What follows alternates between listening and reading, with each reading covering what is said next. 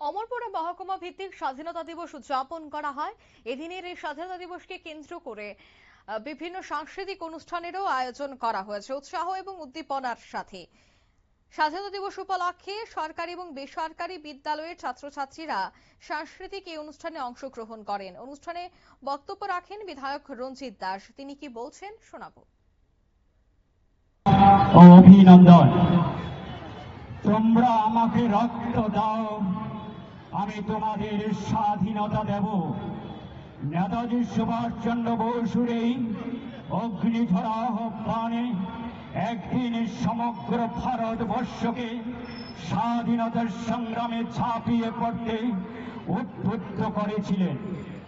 আজ স্বাধীনতার এই পবিত্র দিনে আমরা গভীর শ্রদ্ধার সঙ্গে স্মরণ করি সেই সকল বীর স্বাধীনতা সংগ্রামীদের, যাদের আত্মত্যাগ, বলিদান, সাহস ও দেশপ্রেমের ফলে আমরা স্বাধীন দেশের নাগরিক হিসাবে মাথা উঁচু করে দাঁড়াতে পেরেছি। আজকের দিনটি শুধু একটি জাতীয় উৎসব নয়, এটি আমাদের আত্মপরিচয়ের দিন, আত্মমর্যাদার দিন, জাতীয় গৌরবের দিন।